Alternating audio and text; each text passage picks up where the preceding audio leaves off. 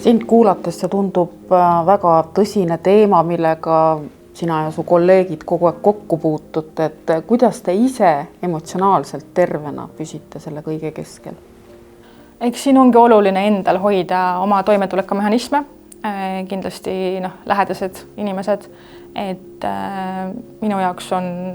samas valdkonnas töötavad sõbrad, kellega ma saan neid emotsioone maandada.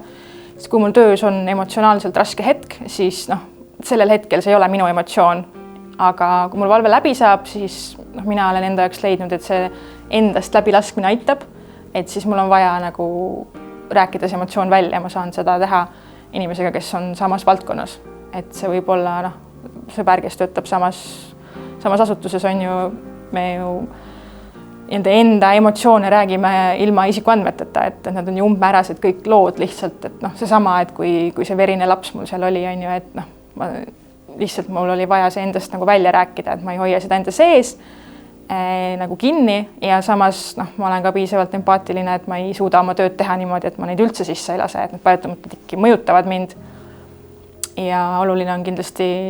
et see töö ja puhkeaeg oleks proportsioonis, et oleks hobid, et oleks aega puhata, et inimene, kes on ise terve ja õnnelik, saab ka pakkuda